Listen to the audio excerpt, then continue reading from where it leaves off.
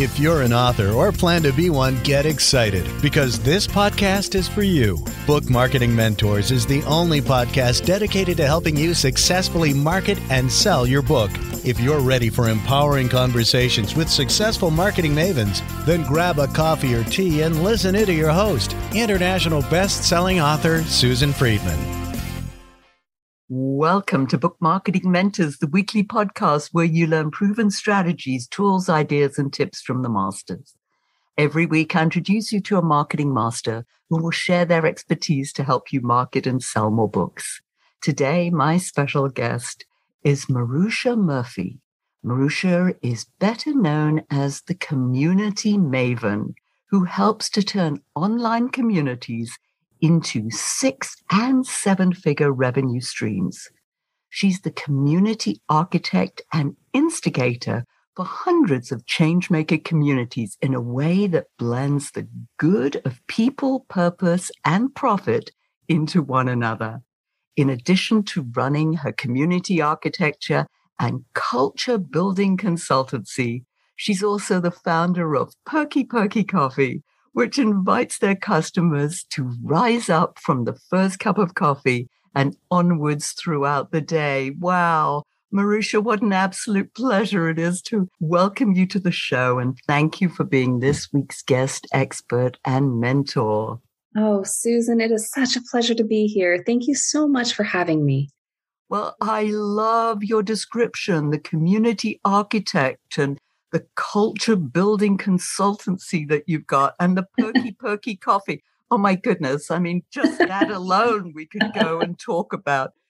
I know that communities are what you share with your clients, you help them build them, but let's sort of start at the beginning and sort of understand what exactly do you call a community that allows you to create these 6- and 7-figure revenue streams for your clients? That's such a great place to start, Susan. Thank you so much for asking that. And I think it's a great question because so many people melt the idea of community with the idea of audience. And they are actually two very different things. So the way in which I would love to answer that is to answer it first by inviting us to understand what I see an audience to be. And then that way we can better understand what a community really looks like. So an audience is, imagine if, for those of us who are authors, we love to share our ideas, right? Typically on paper.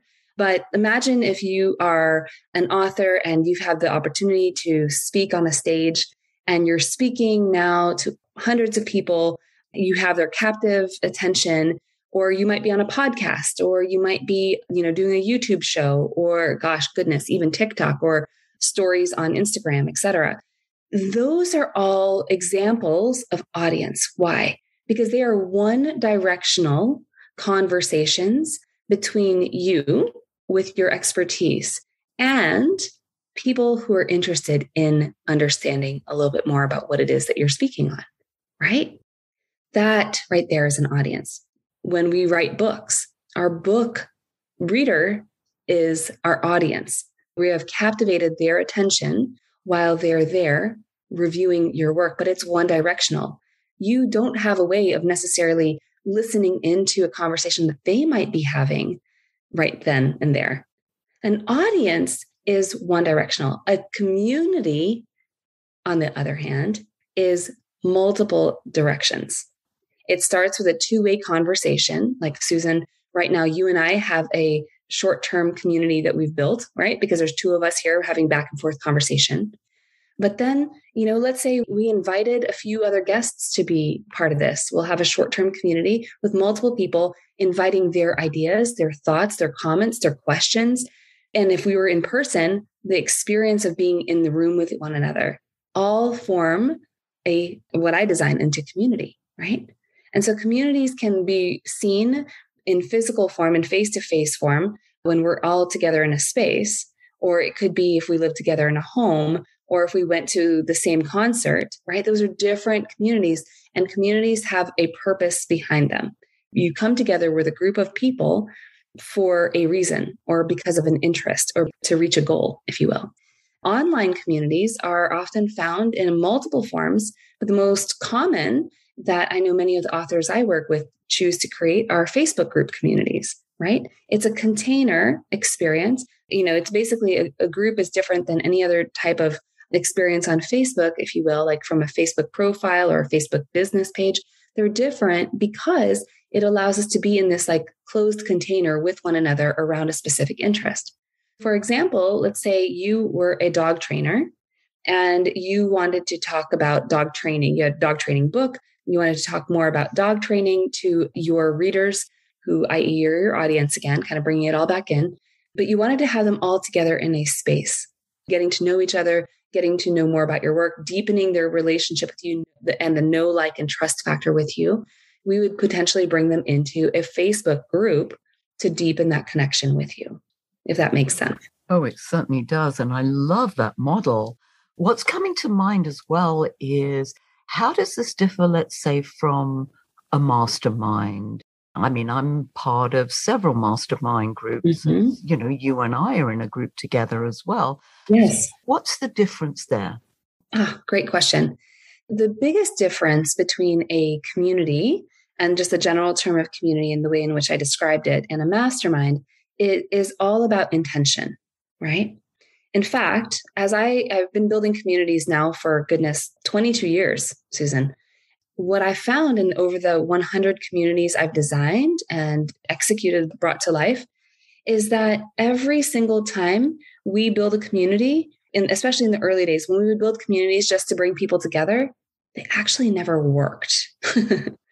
But when we come to community with intentionality and with a plan and an intention, not just for attention, but an intention to create substance, value, life, that really is where the difference is. And what I mean by that is, like, for example, we could create a Facebook group today, you and me, Susan, and we could say Facebook group for interested book authors or people who want to become book authors. It's a Facebook group to, in essence, invite them, people who are interested in becoming book authors, to your services on the back end. This is what I call a lead generation community. Now, there's different models and different ways to do that to make it so that you are designing it very, very intentionally so that people will then want to say, yes, I want to buy your program, your service, etc.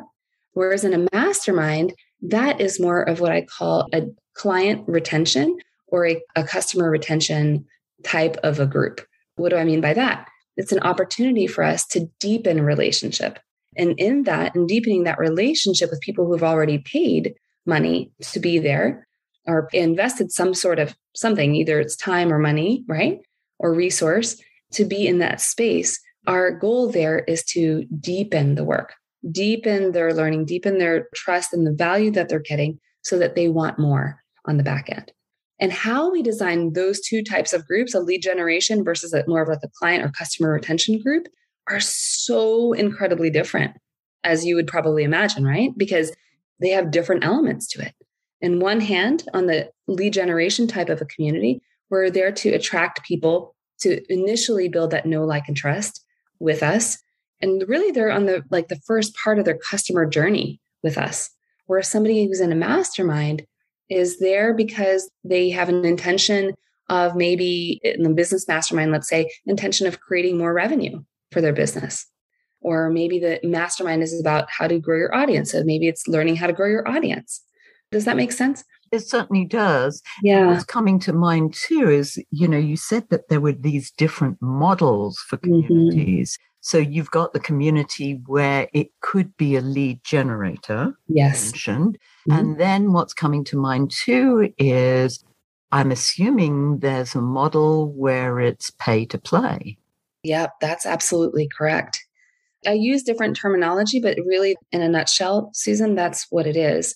What I've actually found is, in over these 22 years of designing communities, a couple of years ago, actually took the summer and I said, you know what, I want to kind of do a review of all these 100 plus communities that I had designed up to this point. And this is me being like boots on the ground, getting my hands dirty in each of these communities, working with the visionaries, working with their teams, to design out these 6 and 7 figure communities behind the scenes. What I did first, before I tell you what I found, is I literally looked at every single one of those communities and I broke it down from what worked and what didn't work. Then I put everything in the what didn't work pile and really looked at what was the wisdom that I gained from each of the things that didn't work from each of these models. And then from the things that did work, I looked at that and I said, whoa, I started to see that there were actually very, very similar systems and processes that I did to create more profitability. And from all of that, I started to recognize that there really are only five main types of communities that generate revenue. Now, we see lots and lots of models. Probably you've seen many. I've seen definitely a gazillion of them. But at the end of the day, there's 5 core types of models that work, bar none, all the time, every time, right? Now, you know that I'm going to beg the question, would you be good enough to go through those 5 types? Of course, I'd love to. Well, before we go into the 5 types, let's break it down into 2 core categories. And it's the 2 categories I just mentioned to you, right? Lead generation. And there's 3 models within lead generation that we could talk about. And then the 2 other types, if you will, are more of that client retention and deepening the customer and client retention experience. Okay. If you're writing this down, put those into 2 categories. Now, the first 3, we're going to talk just lead generation right now. The first 3, the first one is called an engaged community. This is typically what we see where, especially, this is actually very valuable for nonfiction authors. If you have a community around a topic that you're really passionate about, or that's your expertise, again, let's go back to the dog trainers. Let's say it's a group for dogs. Maybe on the back end, your expertise is dog training. Maybe this group is for understanding why my dog, and then, it's like ... why my dog does ... right? We name a group something to that effect. And it becomes this beautiful community and database where people are sharing things that our dogs do, crazy things that our dogs are doing in this day and age, right? This is a phenomenal opportunity for a lot of authors to be able, and let's imagine, again, you're the pet trainer. This would be an awesome opportunity for you to have a community about, where people are able to generate their own content in there about what my dog does and such, and where you get to show up and say, hi, my name is, Maruxa Murphy. I'm a dog trainer, and I am so excited to share with you this tip. I was working with client so-and-so, and client so-and-so was really struggling with their dog. So here's how I supported my client with this strategy, right? And we use Facebook Live or that kind of video type of format to do a very, very simple mini training in there.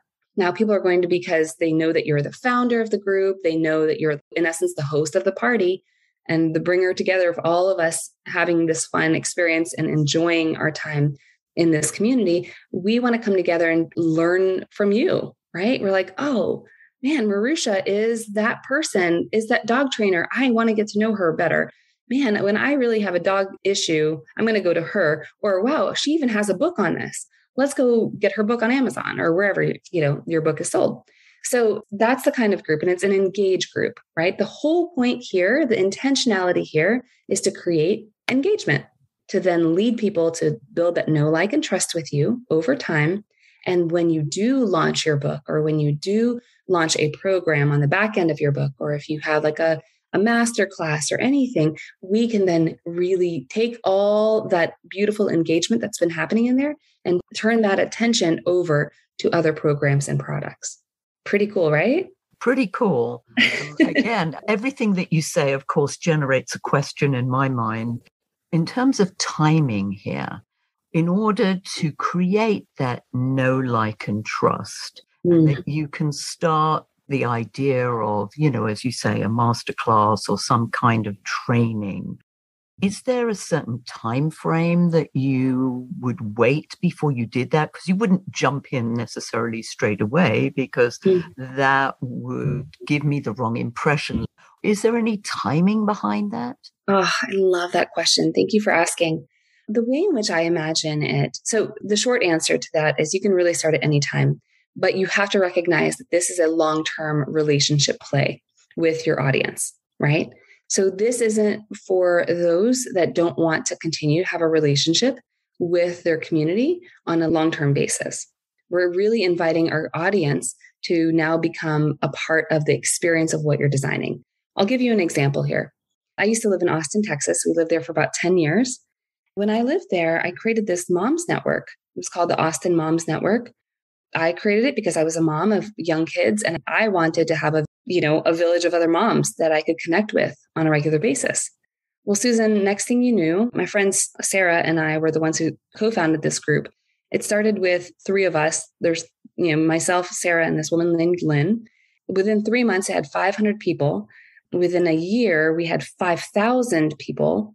And we were having moms' night outs and play dates with the kiddos and things like that. Obviously, this is all pre-COVID, right? We were connecting in that way. Well, then I decided to start a coffee company, that coffee company called Perky Perky. Well, because I already had this community of moms and I was creating a coffee brand that was all about inviting women to step into their power from the first cup in the morning and onwards throughout the day, I just invited these women along the ride with me. So I remember going to them and I said, ladies, I'm creating a new company and I'm dedicating it to us.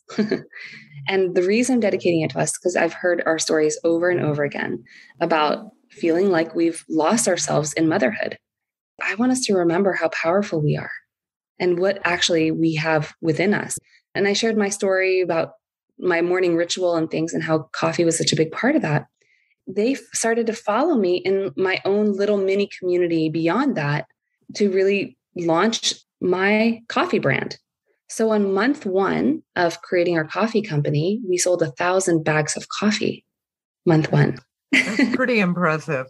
However, we don't want to lose sight of the fact that you had built up this community over, you said, a year, and that there was definitely that know, like, and trust. And, that it went with that. So it wasn't just that, you started this brand new and all these people came along. So you had worked very hard. I bring it up very intentionally to share that story because people think, we could just turn on a Facebook group and it will start raining money on us. It's just not how it works. When you're building a relationship. Now, that being said, we can turn on a Facebook group today with intentionality, with strategy.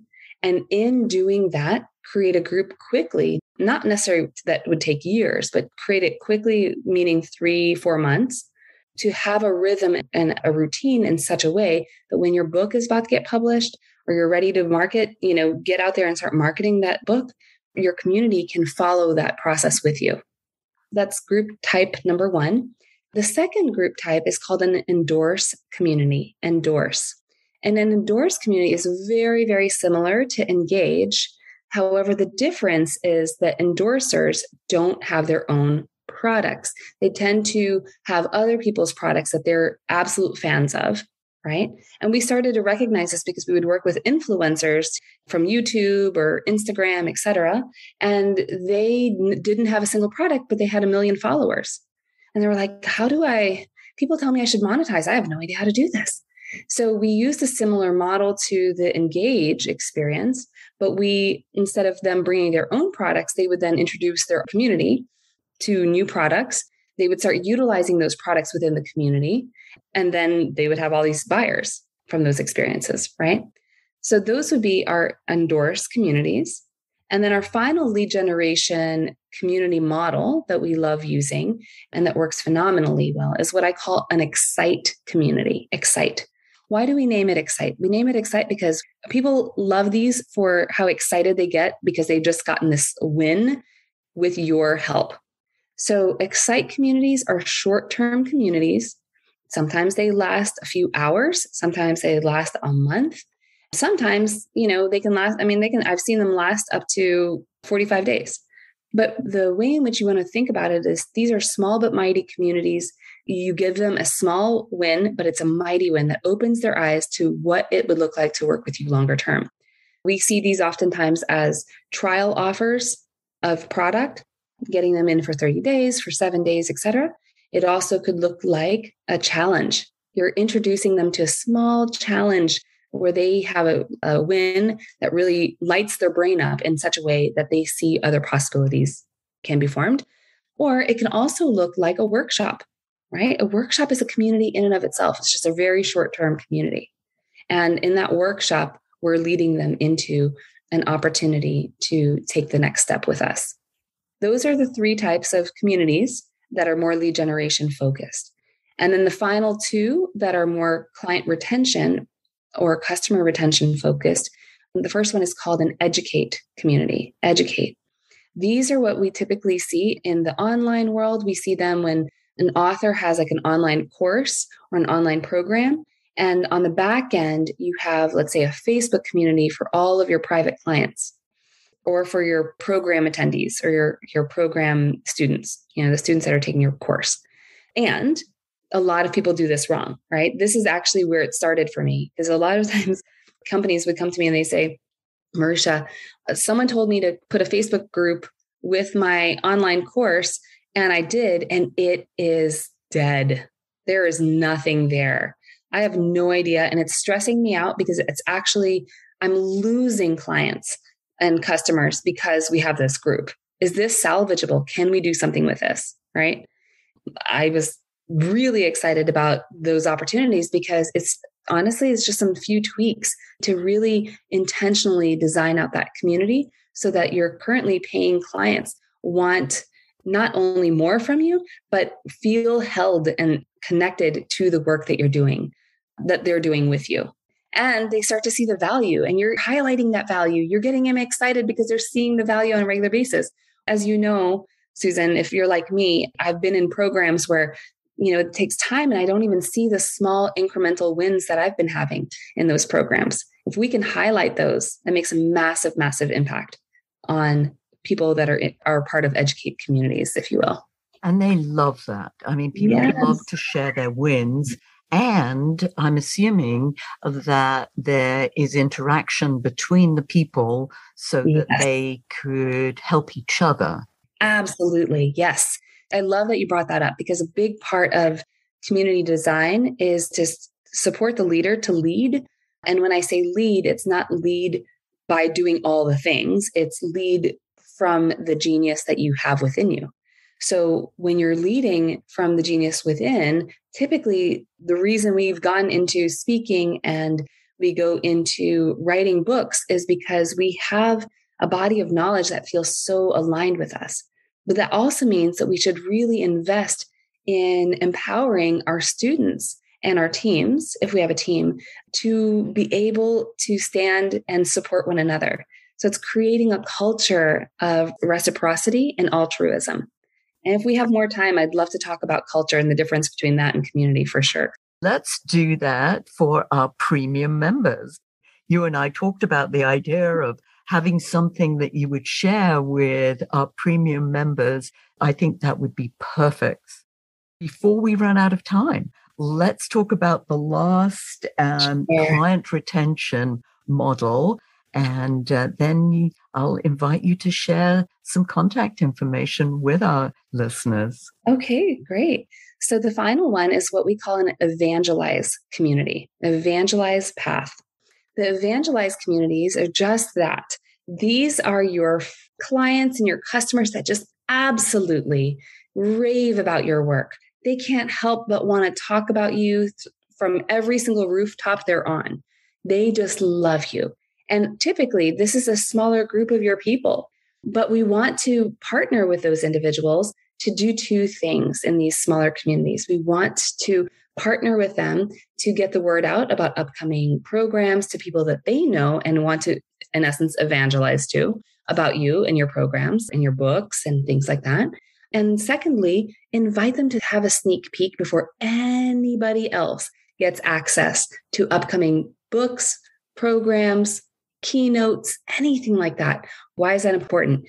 Just as it is important to do that on the front end, like I did with Perky, the coffee company, on the back end, when you're doing that with your elite group, the smaller group, you're really continue to deepen that connection with them. And they're able to give you feedback to improve the products even more. These are your VIPs. Now, sometimes I'll also include in this evangelized community aligned partners. So if you have joint venture partners or colleagues in the industry that are just super aligned with your work and that you just know that you want them in this circle, there's no harm to be able to invite them into that.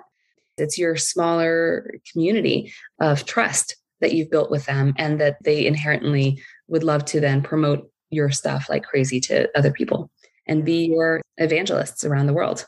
Well, they have bragging rights. Too. They want to tell people, oh, I'm in the inner circle. She shares things with me that she doesn't share with other people. So yes, it's a bit like our premium members. They get some special treatment. Not that our other listeners don't, because we give them a lot of information. Mm-hmm. And talking about information, let's get you to share your information so that our listeners can find out more about your services and how you could potentially help them build their either lead generating or client retention communities. Love that. Thank you so much, Susan. There are really two simple ways we can connect right away. If you've loved learning about these different types of communities, the 5 different types, I highly encourage you to really find out what yours is. What would be the ideal profit path for you? So we have a quiz for that. It's completely free to take the quiz. And on the back end, you'll actually get some very detailed information about your particular type of group. I just kind of laid it at the surface here. And then a little bit of a training that I've recorded for you so that you can really look and see, wow, what kind of group am I able to create now that I've written my book or I'm about to write my book? So it's at createsellimpact.com/quiz. Super easy. createsellimpact.com/quiz. And if you wanted to join our free community, it's on Facebook. It's at facebook.com. Well, if you just go to, actually the easiest way would be createsellimpact.com/Facebook. It's super easy. And I'd love to see you there. And let me know that we met through Susan, and I'll throw in a free gift as well when we connect that way. I'll put all of that in the show notes because never know, how people are listening to us. And so that they don't have anything to write it down, that it's there for them.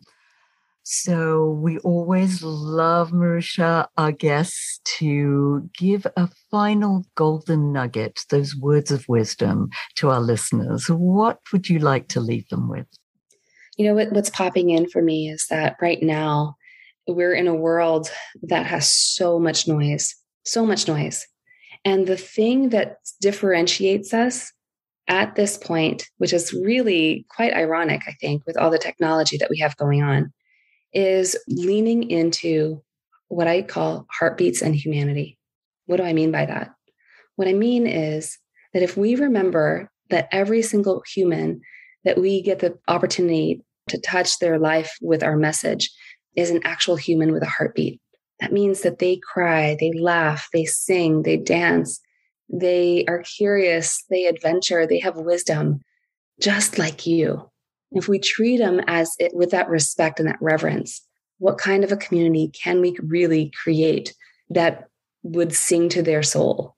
That's what's going to make a difference in this world, is to cut through the noise, is just bring it back to recognizing that every single number on your email list, every number of readers that you have heartbeats, and we are one humanity because of that.